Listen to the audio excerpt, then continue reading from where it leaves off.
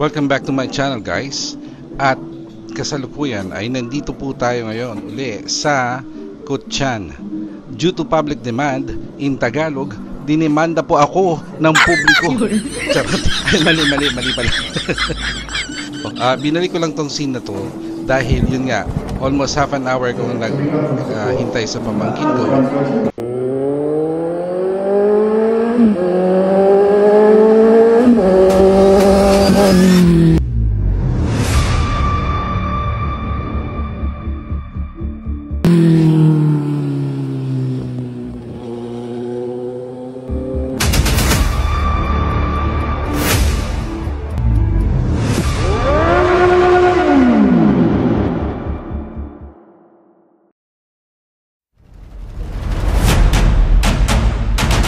Lang. Ayan na. Makita natin sa teka nung kakamas pa. Kasi lagi ako sa kamas like yung si Taylor. Si Taylor ko. Hindi, ba't ko naman yung tanga? Uy, marami tayo nadudulas dito. Maraming tanga. Hindi kasi kailangan pag ganito, kailangan i-ano mo yung sapatos mo. Ano si Benice? Hello! Si Alan. Hi! Sakayin na tayo? Saan na sila? At least. To actually yung pag nakita nito si Taylor. Puti din ba yan? Yung ganito nyo? Japan. Oo, puti din, di ba? Oo, Kaya ano ka mo ba? mag-drive ng snow? Nakakabili lang. Snow lang, sun nga. Wow! Eh di wow! Siyempre, iba yung, yung sa amin naman, nung nag-drivean ko, saan? Sa Oman? Sa Oman kasi di ba? Buwangin dun pagka, lalo na pag nagsalis ka dito. Pero mo pundukin yung Oo, ganyan dito. Kaya nga sabi ni mama mo, sabi ko talagang bundok dun. Ito taon mo. At ayun na nga, guys. So nagkita na kami ng pamangkin ko after 30 minutes kong pagantay sa kanya. Dumating naman siya. At ayun nga, nakita nyo, nasa loob kami ng kotse kanina. At yun yung auto na dinadrive niya dito. It's Suzuki Swift. Tapos nandito kami ngayon sa grocery para bumili ng konting food para sa gathering. Kasi magkakaroon kami ng house party dun sa bahay ni Kim. At ang nakita ko dito, guys, medyo marami silang products. Siguro hindi lang ako familiar kasi nga syempre first time ko makita yung mga products dito sa grocery. Unlike dito sa atin sa Pilipinas, medyo kabisado ko na yung grocery. At alam nyo ba na ang grocery ay isa sa forever nyo? Oo, kasi hindi ito mawawala sa inyo. Dahil every month, every week, or every day, pupunta kayo at pupunta dito. Hindi ka nito tatantanan. After nito, didiretso na tayo sa place ni Kim. Kasi kailangan natin magpahinga dahil kinabukasan meron tayong pupuntahan na isa sa importanteng place dito sa Niseko. Opo, Niseko ha, hindi si Nico. Nandito na nga tayo sa place ni Kim at na-amaze ako kasi first time ko din makakita at makapasok sa log house. So parang napapanood ko lang to sa pelikula dati. At guess what, napaka-useful ng 360 ko dito kasi naka-stand lang siya tapos yun nga, nireframe ko lang para mapakita yung buong area nung bahay. So ito yung ground floor tapos meron lang second floor kasi doon naman yung mga rooms. Bali meron silang 2 kwarto dito tapos yun nga, CR dito sa baba and kitchen. Tapos dito rin may electric heater kasi pag malamig hindi mo talaga makakaya. The next day.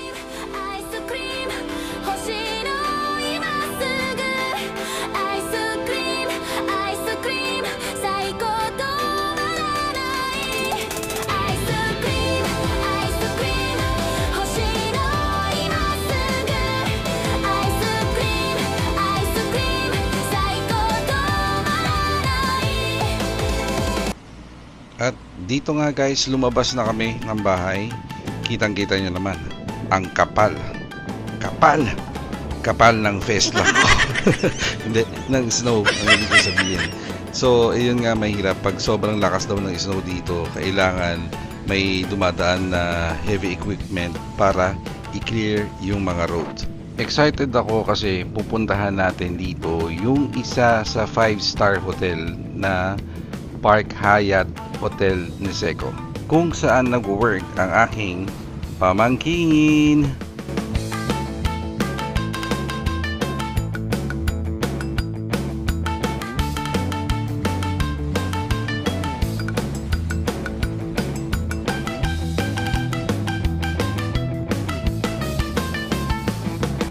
We are now arriving at the hotel. Bali, sa likod kami dumaan kasi dito yung parking area for the employees. Kanina umikot kami sa may harap, kaso ang galing ko talaga sobra. Hindi ko pala napindot yung record. Inayos ko pa yung paghawak ko doon sa kamo, tapos talagang maganda yung angle, kaso hindi ko pala na-record. Ang galing. Konting trivia. So, itong Park Hyatt Hotel ay ginawa noong January 2020. O, diba? Early 2020. Alam mo. Meron itong 100 na guest rooms at 80 residences. So, hindi lang siya pang guest, for residential din.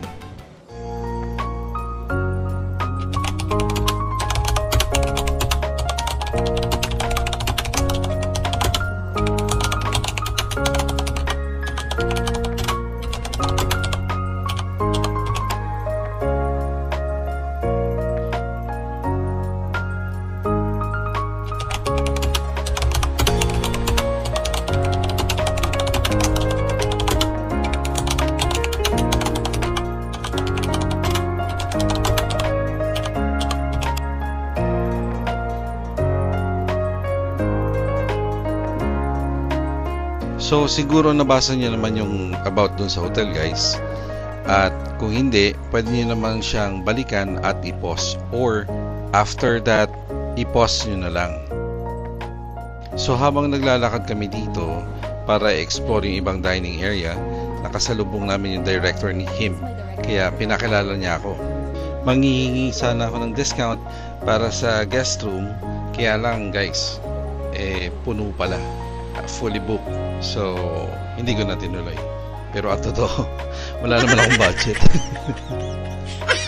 So eto, papunta na tayo dun sa main lobby or receiving area ng hotel. Napakasimple lang niya pero elegante. Hindi elepante ha, elegante. Ito na yung area. So yan, makikita nyo dito yung receptionist at yung receiving area. Dito guys, tingnan nyo, papakita ko sa inyo kasi meron ding view from the outside, kaya lalapit ako ng konti para makunan ko. Unfortunately, dun sana ako pupunta sa may left side, kaso nag-move din siya sa left side, so hindi ko na nakunan. Nawalan na ako ng gana, hindi ko na tinuloy. Sabihin ko sana sapaw ka. Sapaw ka sa camp. Anyways, papunta naman kami dun sa fitness area kung saan nagtatrabaho si Kim. At dito madadaanan din natin yung onsen at yung indoor pool. Hindi naman kayo maliligaw kasi nga pwede naman kayo magtanong sa sa receptionist. No, I mean, meron kasi mga ganun na sa wall, 'di ba? Nakasulat kung anong area yung nandito, anong floor yung facility na ganito. Napuna ko lang medyo maliit din yung mga hallway. Yung hallway ba ang maliit o ako yung malaki? Ito yung onsen. So, yun yung onsen ng for boys. Ito naman yung onsen for girls or ladies. Yan, kaya ate namin kukunin yung key card para makapasok kami dun sa fitness area.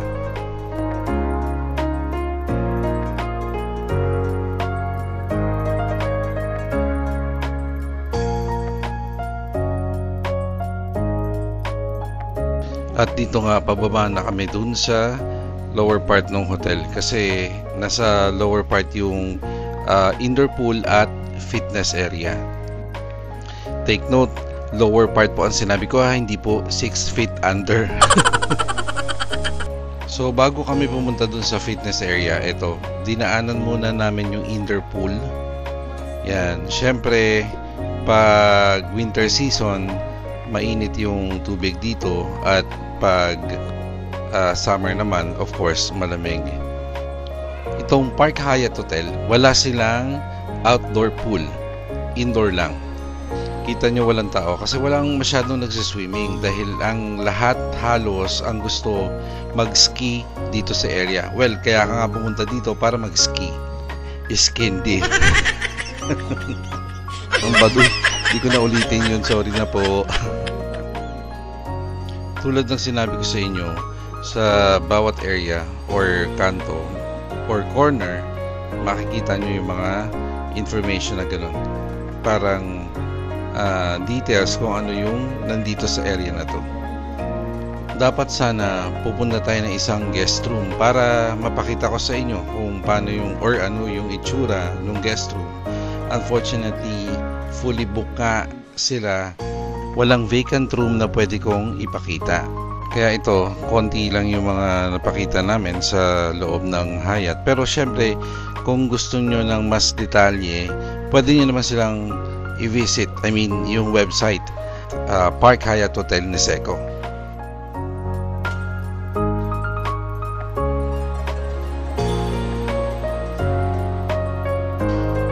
So ito yung fitness area kung saan nagwo-work si Kim. Dito naman sa area na to, yung residents, at ito, yung isang Japanese resto, yung teppanyaki. Sa totoo lang, nakakaligaw tong Hyatt kasi kita nyo yung mga daan, parang labyrinth. May mga pass-through na hallway, hindi mo alam, pwede ka palang dumaan dito. After that, nandun ka na pala sa kabilang side. Just like this, tingnan nyo, may matadaan na kami isang resto. Sorry, ito pala yung wine area muna o yung bar. Tapos, ito yung isang fine dine-in, o diba? Kinakain ko na naman yung dila ko. Dito sa Kotian guys, o sa Niseko, walang train. So ang transportation dito is bus, taxi, o kaya naman rent a car. Swerte lang natin kasi nga may auto yung pamangkin ko. At isa yan sa reason kung bakit kumuha siya ng kotse, kasi mahirap yung transpo dito. Well, kung dito ako nakatira, for sure, papayat ako. Kasi nga, kung wala ka pang auto or transpo dito, ang kailangan mong gawin is maglakad. Malaki din talaga tong Park Hyatt Hotel. Imagine, kada area, ito, may viewing area for you to see the outside. Pag spring, so, maraming flowers at grasses dito. At yung mountain or yung mga bundok is maganda talaga. Hindi siya yung parang dry na ganito kasi nga syempre pag winter nalalagas yung mga leaves niyan. Anyways, lalabas tayo dito mamaya, pero meron muna tayong pupuntahan na isa bago tayo lumabas dun sa ski area. Dito guys, sumakay kami ng elevator. So yung elevator, ang ganda. Parang akala mo is isang room din, diba? See? Siya nga pala guys, wait nyo, sa latter part nitong video na to, meron akong gagawin na extreme sports. O, diba? So, for sure, matutuwa kayo dito. Ako kasi, hindi ko alam kung natuwa ako, nainis.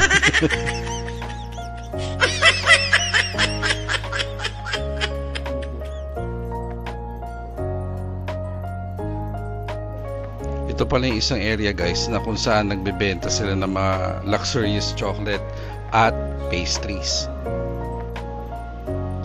Hindi ko lang nakuha na maayos kasi may lens protector yung camera ko, and therefore hindi niya masyado nakuha yung mga details at prices ng mga items. Well, after this, pupunta na tayo sa labas.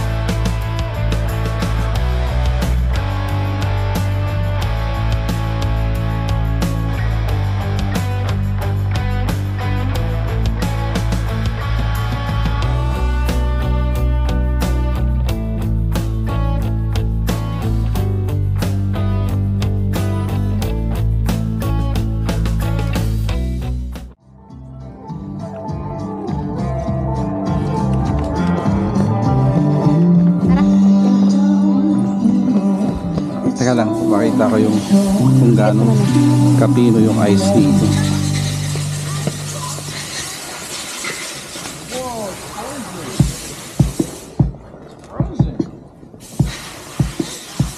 Tara. So ito na nga guys, nasa labas na kami. At during spring daw, itong area na to ay puno ng green at mga flowers. Tapos yung mga mountains, yun nga, yung mga bundok, maganda rin yan kasi nga mag-green yung area na yan. Dito nga sa Park Hyatt Hotel, pwede ka rin mag-rent ng ski at yung mga gears mo na gagamitin para sa skiing, or pwede rin mag-snowboard. Kaya lang medyo may kamahalan, kaya yun nga, hindi rin ako nag-rent at ang aim ko lang naman dito talaga is mamasyal at makita yung place. Ito yung isang activity na pwede nyo gawin dito, yung donut slide. Donut slide. Kasi nga, magpapaslide ka dito sa donut or parang salbabida.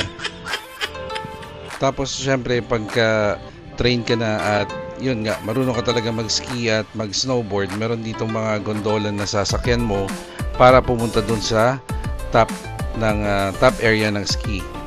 However, that gondola is paid as well. So, kailangan mo rin magbayad or either membership fee, ganun, para ma-avail mo. Yan yung gondola.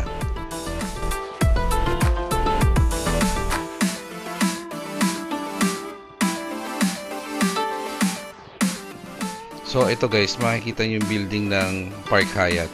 Yun nga, meron siyang 100 rooms at 80 residences. Pero akala ko ito yung pinakamalaking hotel sa Niseko. Hindi pala, yung pinakamalaki dito is yung Hotel 101 Niseko kasi parang 480 something rooms meron ang hotel na yun. Well, tulad nga ng sabi ko sa inyo, ito kasing Park Hyatt, meron siyang for guests at saka parang condo style. So ito yung area nung canteen yung restaurant kung saan ka pwedeng kumain at mag-rent ng mga gears. At the same time, pwede ka rin bumili. So here's the part kung saan gagawin ko yung extreme sport. Wow! Yun.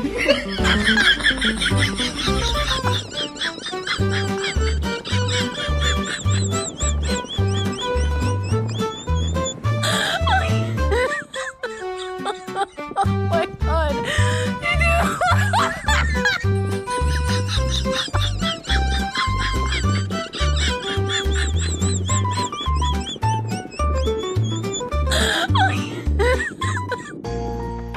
So ayun na nga, nag-enjoy ba kayo? Well, ako naman nag-enjoy din. Yung tawag doon guys ay tubbing. So pwede kang gumamit ng parang yun nga, kanina yung parang donut, tapos ito naman yung baby sled. Kasi pang kid lang tong ginamit ko na to. For now, yun muna ang gagamitin natin kasi nga we are tight on budget. Pero syempre next time kailangan natin mag-ipon para at least maka-try tayo ng totoong snowboard at ski. So nakakatuwa lang kasi talagang ito may experience mo dito kasi wala tayong ganitong season sa Philippines eh. Kaya napakalaking bagay na na-experience ko yung snow at syempre na nakapunta tayo dito sa Japan. Tingnan nyo itong mga kasalubong natin. Yan, nag-aaral sila ng ski. So dito lang muna sila sa area kung saan medyo slight lang yung pagbaba at dahan-dahan. Next scene natin dito guys ay ihahatid na nga ako ng pamangkin ko sa Welcome Center Hirafu. Kasi yung pangatlong araw ko, pabalik na ako ng Sapporo. So from Puchan going back to Sapporo. Yung Welcome Center, dun yung station. Ba't ibang mga bus line nandun din pumupunta papunta ng ibang area. Morning ako umalis dito sa Puchan para pagdating ko sa Sapporo after lunch na at syempre hahanapin ko pa yung accommodation ko o yung hostel. So dito medyo lungkot mode na tayo kasi nga syempre kahit pa paano masaya tayo na nakasama natin yung pamangkin natin. Although syempre may trabaho din siya at ito lang yung isa sa rest day niya. Kaya 3 days lang ako nandito sa Puchan. Yung first day natin is yung nag-arrive tayo dito sa Cotian. Then second day, nag-explore tayo sa Hyatt at yung ibang mga restaurant doon. And then yung third day, pabalik na tayo ng Sapporo. Ganda ng daan dito guys, kita nyo. Wala man lang mga rough road. At tapos, yung mga view, makikita nyo puro snow. Tapos yung mga puno, syempre walang leaves dahil nga winter. Mamimiss ko to sobra kasi dito, tingnan mo, passenger ako. Sa Pilipinas kasi ako yung driver. So, kahit saan kami pumunta ng family, ako laging nagda-drive. Swerte ko lang pagkasama namin yung bayaw ko at syempre yung isa pang pamangkin ko. So, mapupunan nyo dito guys, yung ibang mga building at saka houses, walang mga snow sa bubong. Either tinatanggal nila o kaya naman yung iba meron daw heater para hindi nag-i-stay yung snow sa bubong. So imagine kasi pag makapal na yung snow, mabigat yun. So ibig sabihin, yung pagkagawa ng bahay dito, solid. So dito sa Japan, pwede rin tayo mag-drive ng auto tsaka motorcycle. Ang kailangan lang natin is yung International Driving Permit. Kaya lang medyo may kamahalan yun, parang nasa 4,000 plus or 4,200 something ganyan. Pero kung first time mo magdadrive dito, maninibago ka talaga kasi yung mga auto or yung mga kotse nandito sa may left side dahil nga right hand drive yung mga sasakyan dito. Sabi ko sa pamangkin ko, mag-iipon ako, pagbalik ko dito magta-try na ako ng kumuha ng license permit dito sa atin sa Pilipinas para makapag-drive ako or makapag-motor ako dito sa Japan, and at the same time matry ko din yung snowboarding at ski dito sa Niseko.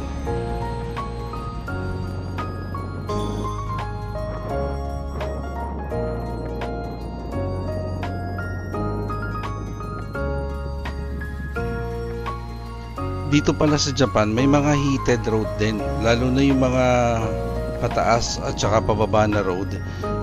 Heated road daw yun. So imagine, ang galing ng technology, di ba? Well, sa atin naman meron din naman heat. Yung init talagang mararamdaman mo, tapos yung iba naman merong anghit. Lalo na pag sumabay ka or sumakay ka sa public transport. At ito na nga, malapit na tayo dun sa Hirafu Welcome Center. Diba? Ayan na naman yung call center. Dito sa area na to guys, maraming mga establishment. Yung mga maliit na hotel, restaurant, coffee shop, ano pa ba, convenience store, may mga boutique din. Pero wala dito yung mga international foods na gaya ng yung ibang McDonald's, ganun kumwari, kasi mas preferred ng Cotian na i-boost yung local products nila. Kahit nga yung mga beer at saka ano pa ba, yung mga chocolates gawang Cotian.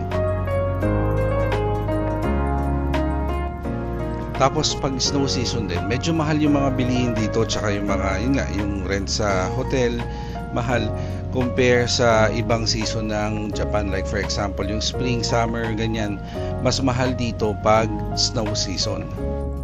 Siguro dahil nga ginagrab nila yung opportunity na yun, once in a year din naman lang kasi na maraming tourist dito sa Niseko or Cotian. Ito na, papasok na tayo ng Cotian Welcome Center.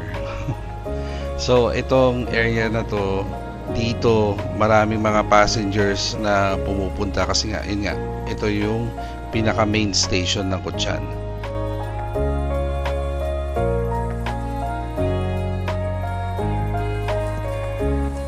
At syempre, kung umabot ka sa part na to, ayan na naman. Alam mo na, malapit na ang ending. Well, nakakatuwa lang kasi isa sa mga scene sa buhay natin, yung na-save natin na memories. In the future, pwede natin panoorin to kasi nga, meron tayong YouTube video nito. Gusto ko lang ulit mag-thank you kasi umabot ka dito sa part na to. At syempre, please, huwag nyo kalimutan mag-subscribe. At i-hit na rin yung like button and share, pati na rin yung notification bell para next time na mag-upload ako is updated kayo. Thank you ulit. See ya!